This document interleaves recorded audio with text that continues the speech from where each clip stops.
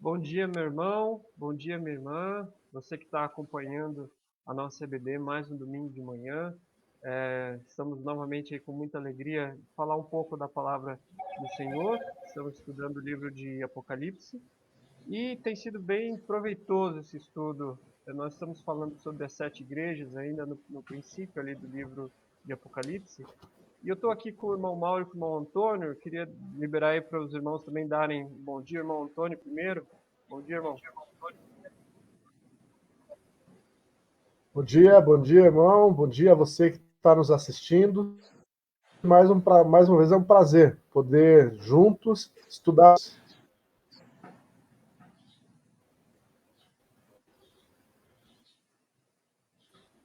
Amém. Irmão Mauro, bom dia. Tudo bem, irmão Mauro? Bom dia, irmão. Graça e paz a todos. É um prazer imenso estarmos juntos para estudarmos a palavra de Deus. Amém. Irmão Mauro, eu vou pedir para o irmão, se o irmão puder orar, e aí a gente, na sequência, faz aquela liberação dos 30 segundos aí para o pessoal ir se preparando. Sim, oremos. Glorioso Deus e Pai eterno, Senhor da glória, nós te louvamos, ó Deus. Te louvamos pelo privilégio de, mais uma vez, estarmos unidos, mesmo que pela tecnologia, em um objetivo de aprender e um pouco mais da palavra do Senhor. Que o Senhor nos ilumine, que o Senhor nos dê capacidade, que o Senhor nos abençoe a vida do irmão Levi, abençoe a vida do irmão Antônio, dá-nos, ó Deus, graça, abençoe as pessoas que vão estar conectadas para ouvir mais um pouco da sua palavra. Que o Senhor, ó Deus, coloque nos corações sempre à disposição de buscar o Senhor para te servir cada vez melhor. Nós te louvamos pela oportunidade dessa manhã estarmos unidos, que a sua palavra, que a sua voz, que a sua vontade prevaleça e alcance, Senhor, as pessoas que estão necessitadas e precisando de um socorro do Senhor. Ensina-nos, ó Deus, capacita-nos, ó Deus, e nos abençoe. Em nome do Senhor Jesus Cristo. Amém? Amém.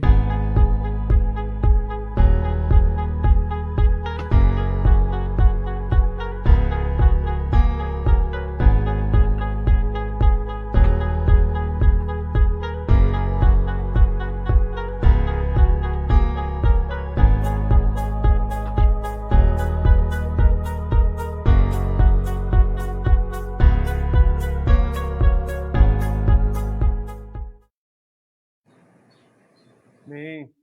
Então aí, espero que você já tenha pego os seus apetrechos aí na tua casa. A gente já está mais ou menos preparado. Inclusive, para fazer essa leitura do texto que a gente tem em Apocalipse no capítulo 3, não sei se um dos irmãos puder me ajudar a fazer essa leitura. A gente acabou não combinando antes, mas para a gente fazer essa leitura do Apocalipse 3, a partir do 7 até o 13, até para a gente pegar uma...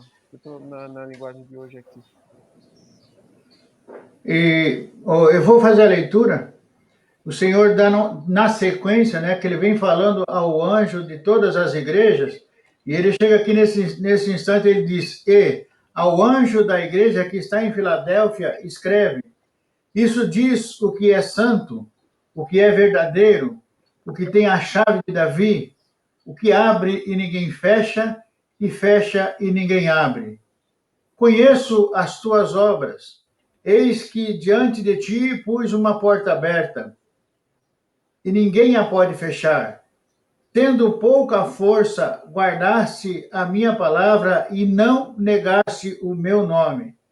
Eis que eu farei da sinagoga de Satanás, aos que se dizem judeus e não são, mas que mentem, eis que eu farei que venham e adorem prostrados a teus pés, e saibam que eu te amo.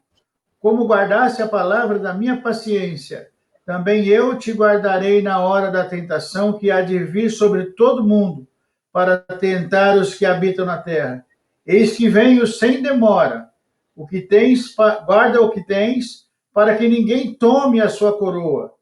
A quem vencer, eu farei coluna do templo do meu Deus, e dele nunca sairá. E escreverei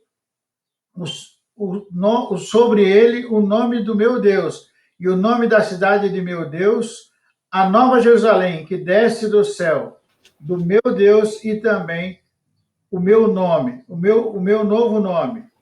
Quem tem ouvidos, ouça o que o Espírito diz às igrejas. Amém. Obrigado, irmão Mauro. Nós sempre temos acompanhado aqui que a lógica aí desse texto é muito próxima, né? Pelo menos a questão de ouvir, aquele que tem ouvidos, ouvir essa mensagem que está sendo colocada, e também o contexto que nós já temos estudado com relação às igrejas, né? São 7 igrejas, a gente ainda tem mais uma para passar, mas falamos sobre algumas até o momento. E a igreja de Filadélfia, que é até o nome aí mais, acho que comum, né? Talvez você já tenha, você que ainda não conhecia esse texto de Apocalipse, talvez já tenha ouvido mais. Esse nome ele é um pouco mais comum, mas é uma igreja que não recebe, ela recebe recomendações, sim, ela recebe promessas, mas não recebe repreensões por parte de Cristo nessa carta. É interessante porque em todas quase, né, fora essa, só mais uma que não recebeu também essa repreensão, mas que a igreja tem feito aquilo que era pertinente, aquilo que era correto perante os olhos de Cristo, e que é muito aprendizado para nós entendermos essa situação, né? Pensando até como igreja, né, seria bacana que a gente recebesse essa mesma designação por Cristo, essa mesma palavra por Cristo a nós também. E isso é o que faz o que faz essa igreja ser tão interessante. Sobre o contexto da Filadélfia, a gente tem algumas coisas que o autor coloca na revista, mas a gente também deu uma olhadinha em algo para entender um pouco melhor sobre qual era o contexto da igreja de Filadélfia, como que funcionavam as coisas ali. A gente tem acompanhado nas outras igrejas que haviam várias deidades, vários outros deuses, né, com letra minúscula, e situações onde havia o paganismo, até por questões comerciais, né, com as outras igrejas. E a igreja de Filadélfia é uma igreja que tinha um nome chamado de amor fraternal. Isso é o que significa o nome da igreja, né? Amor fraternal. A gente está vendo um mapinha aí.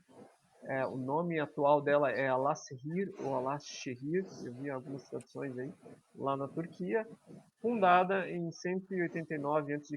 por Eumenes II, rei de Pérgamo. A gente vê logo que o autor coloca que havia um amor fraternal entre Eumenes II, esse que fundou, e o seu irmão leal, Atalo ou Átalo II. Houve uma sucessão aí de tronos, né, onde um irmão acabou passando para outro irmão a sucessão desse trono. E é engraçado porque o autor coloca, havia de fato nessa época muitas questões, muita traição com relação ao trono, né, onde alguém apunhalava o outro pelas costas ou conspirava contra o outro para conseguir esse trono. E o exemplo que esses irmãos tiveram é admirável, eu acho que é bacana até o nome, né, de amor fraternal entre irmãos, e que causou, né, que designou essa cidade aí. Além disso, a gente tem onde se situava, né, 27 milhas aproximadamente a sudoeste de Sardes e a 200 metros acima do Mediterrâneo, do mar Mediterrâneo. E essa cidade retrata um ambiente em que viveram aqueles que cumpriram o propósito de Deus, como eu estava dizendo. Eles ergueram as suas vozes assim num brado muito interessante para o mundo inteiro, né? E serve para nós de fato, sobre como é ou como deve ser o amor mútuo e transbordante por Cristo. Isso é o que a gente consegue entender do que a igreja fez, do que a igreja representava naquela época. Eles tinham o evangelho eterno para proclamar para aqueles que habitam a terra, a toda a nação, toda a tribo. Isso era o evangelho que a gente poderia seguir. A gente tem vários relatos na palavra de Deus sobre o que era correto. Até Atos a gente fala sobre a igreja primitiva, que cumpria aquilo que a igreja deveria cumprir de fato. Não é o único relato, mas é um dos principais. E aqui a igreja de Filadélfia é um outro exemplo, um outro relato muito interessante daquilo que deve ser feito, aquilo que a igreja deve fazer, ou deve representar e deve ser. Ela era situada, essa cidade, numa colina ali entre alguns vales férteis, tinha um rio chamado Hermos que passava ali, que regava essas colinas, esses vales, e era uma cidade estratégica, era uma rota principal ali do correio imperial de Roma para o Oriente, ela ficava ali até próxima de algumas outras cidades, e oferecia uma passagem natural, como se fosse uma porta aberta também, por coincidência do que a gente tem, do que a gente leu no texto. Por isso também ela tinha uma outra designação, a cidade chamada a Porta do Oriente. Ela facilitava esse comércio de um lado para o outro, né, do Ocidente para o Oriente, e tinha essa referência. Havia uma situação, mesmo assim, apesar de eu ter comentado que a cidade era um exemplo, a igreja era um exemplo, na verdade, de paganismo. Havia isso na cidade também de Filadélfia, né? O seu culto, e o autor coloca aqui até o culto, a questão das uvas, mas olhando um pouco a gente vê que existia também o culto ao deus Sol, como vários altares e templos haviam também naquela época, então muitas pessoas adoravam o deus Sol. Mas pelos fins do primeiro século havia um florescimento aí da questão religiosa, né? Várias religiões aflorando nessa época. E aí esse nome de Alá-Shehir, Cidade de Deus, que foi colocado mais para frente, e que a gente entende que hoje é essa cidade na Turquia. Tinha aí, falando sobre essa produção, né, de uvas, né, que é o que o autor coloca na nossa lição. Em virtude disso, eles adoravam o deus Dionísio, que era um deus grego com letra minúscula, né? Deus grego considerado o deus do vinho. Isso lá, nessa época, ele era reverenciado como um deus importante. Interessante que, se você entender o contexto, né? É uma cidade que tinha muitas uvas, e naturalmente produzia vinho, e a gente sabe que era consumido muito mais do que, não mais do que hoje em dia, mas era bem comum as pessoas consumirem vinho, tomarem vinho. Inclusive nós temos vários relatos na palavra, inclusive do primeiro milagre que Cristo faz. Mas você vê, a cidade ela tinha uvas, aí havia um deus que era grego, né? Considerado o deus do vinho, e aí eles fizeram essa associação e passaram a adorar esse deus. Se a gente colocasse o nosso contexto, eu não sei por que exatamente Curitiba é considerada, mas vamos supor no nosso bairro aqui, que é o Jardim Pinheiros, né? Então, se houvesse um deus grego que fosse o deus do pinhão, sei lá, um deus, né, de alguma outra, talvez essas pessoas adorassem esse deus, considerando que ele que dá as condições para a cidade ter tantos pinheiros, produzir tantas frutas, e é mais ou menos essa associação que o autor está colocando aqui. A cidade tinha muitas uvas, e como o deus grego era Dionísio, eles adoravam, eles reverenciavam esse deus como alguém que dava o mantimento para eles. E havia outras divindades pagãs também, a gente viu nas outras igrejas aqui que havia uma adoração a vários, inclusive o próprio imperador, né?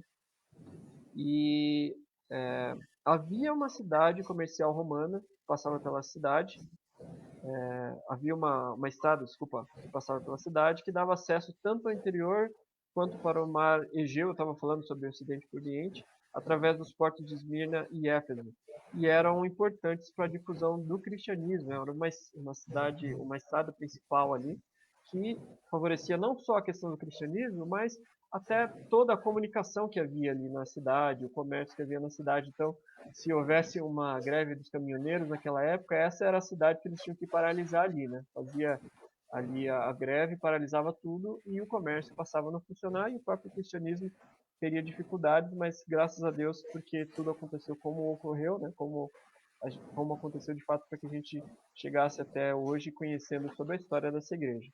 Não se tem registro sobre a origem específica da igreja, em alguns outros casos a gente viu que isso é destacado pelo autor, mas pode ser que foi fruto de uma das viagens de Paulo também, se não através de Éfeso, que é uma igreja que a gente sabe que ele iniciou, inclusive fez viagens, talvez ele tenha feito uma viagem, a gente não sabe também, nessa cidade de Filadélfia, mas a igreja sofreu as mesmas perseguições que as outras igrejas que nós temos falado sofreram também.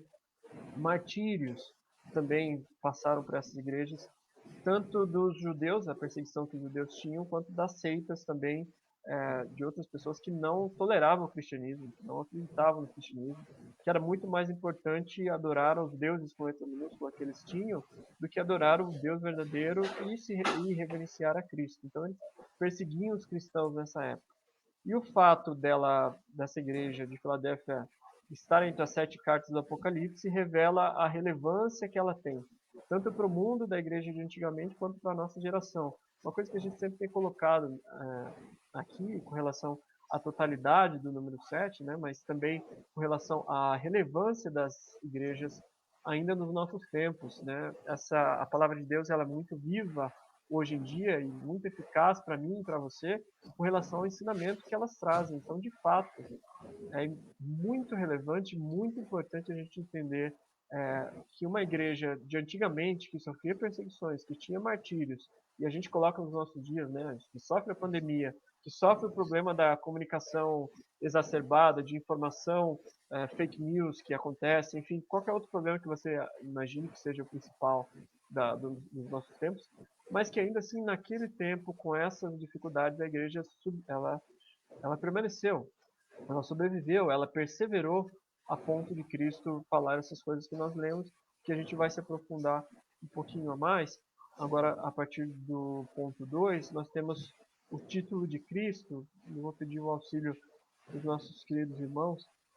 No ponto 2, a gente tem, isso está no verso 7 de Apocalipse 3, a maneira que Cristo se apresenta, né, a credencial que Cristo deixa. E em todas as cartas nós temos acompanhado que Cristo coloca ele se apresenta de alguma maneira para as igrejas. E nessa igreja ele fala especificamente de um jeito também. Eu vou pedir para o irmão Antônio para dar uma passada por nós. Como logo esse ponto 1 e ponto 2 eles estão um pouco próximos, irmão. Se o irmão já quiser falar um pouquinho, o que significava aquele que é santo e aquele que é verdadeiro, que estão logo no verso 7 ali.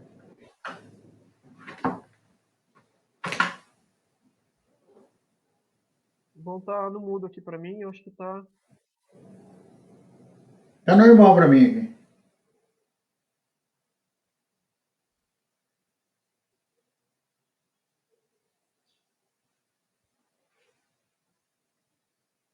Ô, irmão Antônio, seu microfone está mudo. Tá desligado.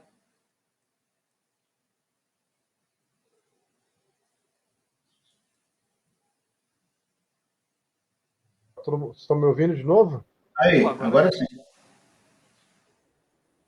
Então, é interessante nós notarmos quando Cristo apresenta aqui as credenciais dele.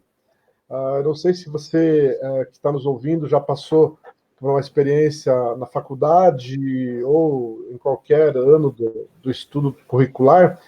Aquele primeiro dia de aula, quando chega o professor na tua sala, isso acontece muito em faculdade, e ele começa a dizer o nome dele, aí ele começa a dizer que é formado nisso, PhD naquilo, doutorado em não sei mais o que, especialização em mais em alguma coisa. Aqui, Jesus apresenta as credenciais dele, que mais do que simplesmente serem credenciais, são características inerentes a Cristo. Ele começa dizendo aqui, aquele que é santo. Santidade é um atributo de Deus, um atributo de Jesus, que é dado para a sua igreja, que é compartilhado com a sua igreja. Ele fala assim, que aquele que é santo, afirmando o caráter divino e separado e sem pecado de Jesus Cristo. Então, quando nós falamos em santidade, nós estamos falando de separação, com um propósito específico. 1 Pedro fala assim, mas como é santo aquele que vos chamou, sede vós também santos em toda a vossa maneira de viver. Porquanto está escrito, sede santos, porque eu sou santo. Então, quando nós falamos em santidade, e principalmente aqui nesse atributo, nessa qualidade de Cristo, é algo que não tem mácula, é algo que é puro. E da mesma forma que ele é puro, que não tem mácula, ele nos chama para buscar essa santidade, para viver essa santidade. E principalmente viver essa santidade com dedicação exclusiva para Deus, com propósitos de dedicar exclusivamente a Deus. E naquela época existia o imperador, e o imperador buscava a sua glória pessoal, a glória para ele mesmo. E ele vai falando ainda que aquele que é verdadeiro. João capítulo 14, versículo 6 fala assim que eu sou o caminho e a verdade e a vida. Ninguém vem ao Pai a não ser por mim. Então Jesus Cristo é a verdade. Nos dias de hoje, tantas pessoas têm as suas verdades, tantas pessoas seguem os seus próprios caminhos, quando a única verdade absoluta é Jesus Cristo. Quando você vai lá para João 8, no versículo 32, fala assim: e conhecereis a verdade, e a verdade vos libertará.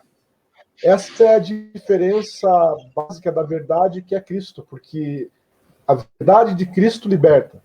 As outras verdades que tem por aí são apenas passageiras, são apenas coisas que as pessoas dizem, mas Jesus fala: eu sou o caminho, eu sou a verdade e eu sou a vida, e ninguém vem ao Pai a não ser por mim. Então aqui ele vai mostrando também essa sua característica, essa sua qualidade do seu nome. Ele é a verdade. E também em oposição a falsos ensinos que circundavam a igreja daquela época e que circunda a igreja nos dias de hoje também. Só existe uma verdade, e essa verdade é Cristo. Então ele já apresenta aqui nas suas credenciais que ele é santo e que ele é verdadeiro. Por ele ser santo, nós devemos buscar essa santidade dele e também devemos viver nessa verdade que é Jesus Cristo. Amém. Amém. Logo na sequência, ele fala isso, né? Ele já estava ali no verso 7 falando como ele se apresenta, né? Conforme o irmão Antônio bem explicou, como aquele que é santo, aquele que é verdadeiro, de fato. E ele coloca algo que é um pouco mais até específico, né? Que são os pontos 3 e 4, que é o que tem a chave de Davi e o que abre e ninguém pode fechar, né, irmão Maura? São coisas assim bem, né, específicas, mas que são de grande importância. Se o irmão puder aí nos ajudar. Com prazer, a gente vai ao longo do tempo, à medida que você vai tendo contato com a palavra de Deus, você vai aprendendo a conhecer esse Deus e a forma como ele se apresenta. Quando ele diz aquele que tem a chave de Davi, ele nos remete a um texto quando Isaías, lá no capítulo 22, no verso 22, um pouco antes, numa passagem, profecia já messiânica, Isaías mostrava como que era a pessoa que tinha a confiança do rei. Ele era aquele cara que detinha a chave dos compartimentos, ele tinha plena confiança do rei para administrar as suas coisas, né? Então, lá no verso 21 de Isaías, ele fala assim, vesti-lo-ei, quando o rei coloca alguém sobre as suas coisas, ele diz assim, vesti-lo-ei de uma túnica e cingi-lo-ei com o teu cinto, entregarei nas suas mãos o domínio e será como pai para os moradores de Jerusalém e para a casa de Judá. E eu porei a chave da casa de Davi sobre o seu ombro, e abrirá e ninguém fechará, e fechará e ninguém abrirá. Eu fixá-lo-ei como um prego no lugar firme e será como um trono de honra para a casa de seu pai. Ou seja, ele está nos remetendo a essa passagem e mostrando que o conhecimento a gente conhecendo o Deus Pai, que poderia nos dar o único que poderia, que é santo o suficiente para nos dar a salvação e para nos religar de novo com Deus. Ou seja, ele está se apresentando como o que é santo, ou seja, com a sua santidade, aquele que não tem pecado, porque se fosse eu ou um de nós, como o Arão no sacrifício, ele tinha que fazer sacrifício primeiro por si mesmo, para depois fazer o sacrifício para o povo. E Cristo, por ser santo, verdadeiro e aquele a quem Deus realmente, finalmente constituiu, entregou a chave, toda a confiança na mão dele. Então, esse é o significado da chave de Davi. Ou seja, ele tem na mão todo o poder e a confiança do rei ou do pai para fazer toda a obra que lhe foi colocada. Ou seja, ele é santo, é puro, é verdadeiro, ele tem a chave de Davi e tem agora aquele que abre e que ninguém fecha, ou seja, é uma condição de toda a autoridade. Quem tem a chave, se a gente pensa nessa porta, somente quem tem a chave pode permitir a entrada ou a saída. Vamos supor que você está chegando no local e ainda está fechado, você espera chegar aquele que tem a chave. Vamos supor que já tem um grupo de pessoas esperando para entrar. O que tem a chave abre e todos podem entrar. Se depois que entrar ele fechar, quem chegar atrasado não vai poder entrar, a não ser que ele vai lá com a chave e permita essa entrada. Ou seja, quem tem a chave tem todo o poder. Então, Cristo está deixando bem claro, como ele falou lá em Mateus, todo o poder é me dado no céu e na terra. Ou seja, ele está dizendo assim, quem está falando para vocês aqui nessa hora essa pessoa, essa figura, com essa autoridade e com essas credenciais. Então, para nós, se a gente entendermos muito bem isso daqui, a gente vai se sentir muito bem amparado, porque o Senhor se importa com todos nós, né? Amém. Certamente. Isso é crucial, né, para todos nós. E a gente sempre tem essa esperança colocada de maneira bem clara com relação ao Evangelho, né? Quando ele fala, conforme o irmão Antônio mencionou, que ele é santo e verdadeiro, ele se identifica como alguém, igual eu tinha comentado, né, especificamente ali nessa igreja, mas essa expressão de santo, ela também aparece em outros momentos, quando o próprio Cristo, quando o anjo Gabriel fala com Maria com relação à vinda de Cristo, né, ele fala que virá sobre ti o Espírito Santo e o poder te cobrirá, o poder do Altíssimo te cobrirá com a sua sombra, por isso aquele que vai nascer se chamará Santo, Filho de Deus. E o Filho de Deus também se identifica aqui nesse contexto da igreja de Filadélfia como verdadeiro. E se ele não fosse verdadeiro, ele não poderia triunfar sobre os seus inimigos quando ele vier para estabelecer o seu reino na terra. Então, ele é aquele que é verdade, conforme o irmão Antônio bem colocou, não é uma dessas verdades que existem por aí, não é qualquer outra verdade que você imagine, né? Eu até comentei sobre as fake news, porque eu sei que é uma das coisas, é um dos problemas da nossa geração, mas eu não sei se ele vai parar por aqui, se ele começou só agora, eu sei que é um dos problemas, com certeza não um dos maiores, mas que com relação à palavra de Deus, né, a gente vê claramente quem que é a verdade.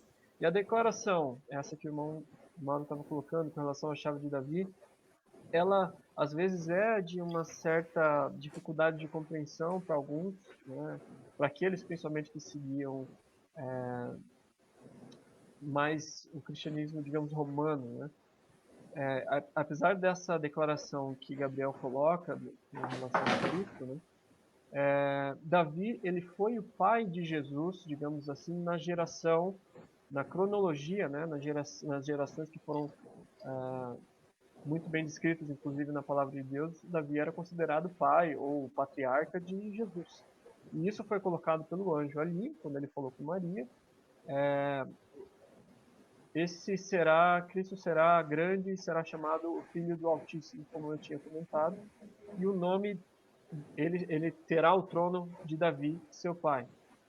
E nessa genealogia que a gente vê em vários textos, eu até deixei destacado um dos trechos aqui, está em Lucas capítulo 18, no verso 38, é só um dos exemplos, a gente tem vários milagres onde isso aconteceu, mas um pouquinho antes ali em Lucas 18, a partir do 35, Jesus é a cura de um mendigo cego, é uma passagem que a gente conhece, onde Cristo realizou um milagre. Jesus estava chegando perto da cidade de Jericó, Acontece que um cego estava sentado na beira do caminho pedindo esmola. Verso 36. Quando viu a multidão passando, ele perguntou o que era aquilo. É Jesus de Nazaré que está passando, responderam. Aí o cego começou a gritar: Jesus, filho de Davi, tenha pena de mim. E em vários outros trechos isso acontece, onde as pessoas entendem que ele era filho de Davi de fato. E na figura do rei Davi, Jesus ainda é referido nas profecias como aquele que há de reinar futuramente, justamente, né? Cristo era aquele que finalizaria, digamos assim, ou cumpriria aquilo que Davi, o seu pai, não havia começado, mas era uma simbologia de que ele era pai, o patriarca de Jesus, e Jesus viria posteriormente. Entendemos que aquela autoridade que Deus tinha colocado para Davi foi revertida ou foi colocada, mas de fato direcionada para Cristo, para que Cristo fosse o verdadeiro rei de quem Davi era simplesmente um símbolo. E essa é uma razão por que o Salvador declara ter a chave de Davi também. Essa questão que o irmão Mauro colocou, interessantíssima, aquele que abre, que fecha, e essa questão da autoridade que foi colocada em Isaías também, aquele que tinha o poder para fazer todas as coisas, aquilo que ele fecha ninguém abre, aquilo que ele abre ninguém fecha. E é um emblema justamente de autoridade. Jesus fala sobre isso, que foi dada toda a autoridade a ele, e foram proferidas essas palavras também quando Jesus aparece aos discípulos ali um pouco antes da sua ascensão, quando ele fez com que eles ficassem ou se tornassem discípulos dele. Nós estamos caminhando para o final aqui dessa nossa breve meditação com relação à igreja de Filadélfia. O autor da lição ele coloca uma frase interessante também. Se só Jesus detém a chave do reino de Deus, pode alguma igreja ou denominação dizer que apenas os seus membros irão para o céu? Está também no slide. Se só Jesus detém a chave do reino de Deus, pode alguma igreja ou denominação dizer que apenas os seus membros irão para o céu? Fique atento.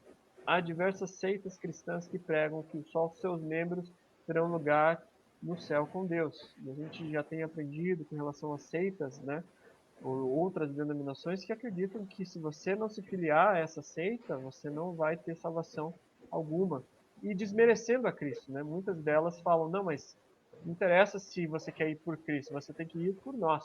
Você tem que acreditar naquilo que a gente acredita, senão você não vai ser salvo. E aqui a gente vê mais uma vez que a palavra ela não erra, né? Cristo é a verdade, Cristo é o caminho, o único caminho, e sem Cristo a gente não pode, de maneira alguma, se chegar a Deus. Eu queria abrir, irmãos, se os irmãos tiverem mais alguma consideração, porque aí já na semana que vem a gente vai falar sobre o elogio de Cristo, né? Deixar mais claro o que Cristo falou ali para a igreja, se ele fez alguma repreensão, ou como que ele tratou quando ele não fez a repreensão, né?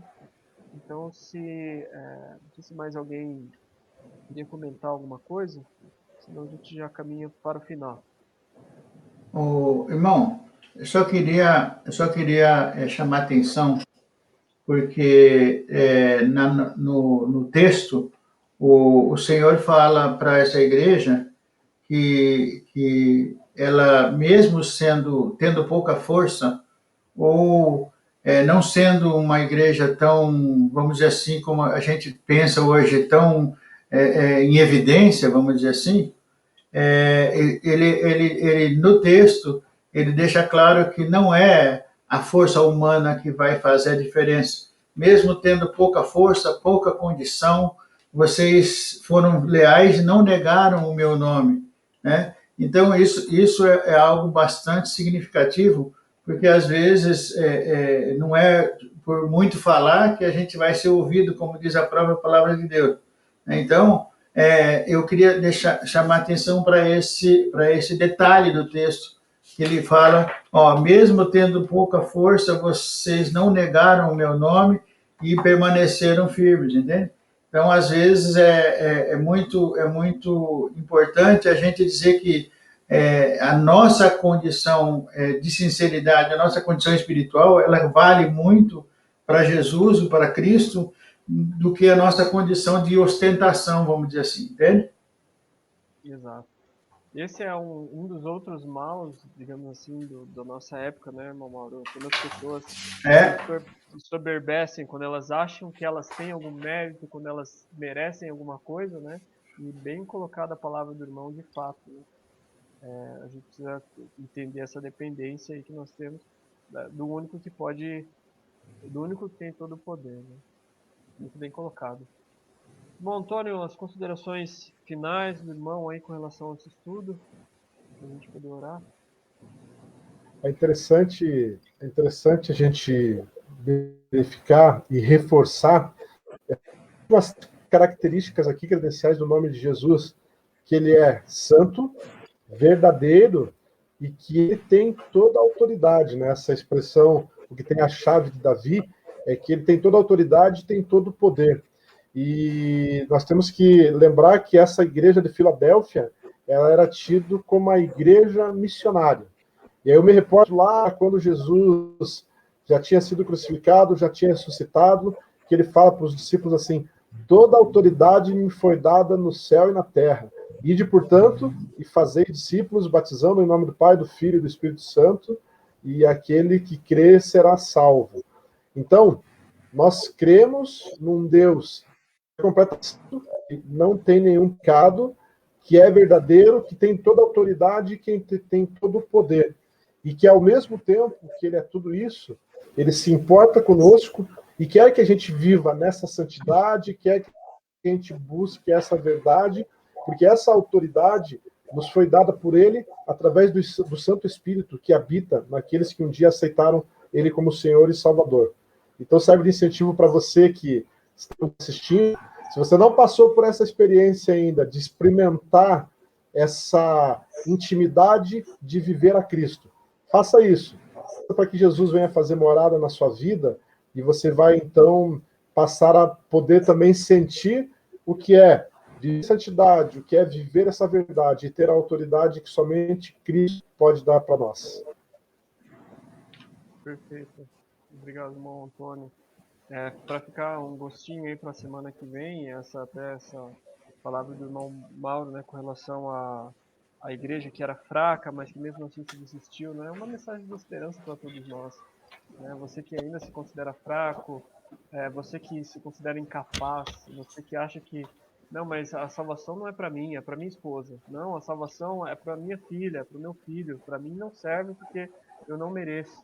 E aqui, claramente, deixando até um gostinho, a gente vai falar mais sobre isso na semana que vem. Então, eu convido você a participar e também dar a lição que a gente vai ter na semana que vem. Porque essa questão da igreja, apesar de ser fraca, apesar de estar no meio assim de paganismo enorme, a igreja foi reconhecida por Cristo. Cristo viu isso na igreja. Né? Então, eu acho muito interessante você não se deixar esmorecer porque você é fraco, ou porque você acha que não tem capacidade, porque você acha que, enfim, tudo está remando contra você, mas que ainda assim há esperança, ainda assim essa igreja foi forte, se mostrou forte e foi reconhecida por Cristo. Amém? Eu vou orar para nós finalizarmos. Então vamos fechar nossos olhos, vamos orar. Pai amado, nós agradecemos ao Senhor por mais um dia de aprendizado. Eu agradeço a Ti, Senhor, porque nós podemos claramente aprender com a igreja de Filadélfia. Muito obrigado por essa carta, Deus, que foi escrita e traduzida ali pelo apóstolo João. Eu te agradeço, Senhor, porque são palavras que frutificam em nosso coração até os dias de hoje. E que assim se faça, Pai, que nós possamos entender que essa igreja, mesmo tendo muitas dificuldades, ela foi reconhecida pelo Senhor, ela foi vista como uma igreja, ó Pai, relevante, uma igreja que fazia o bem para o Teu Evangelho, para a glória do Senhor.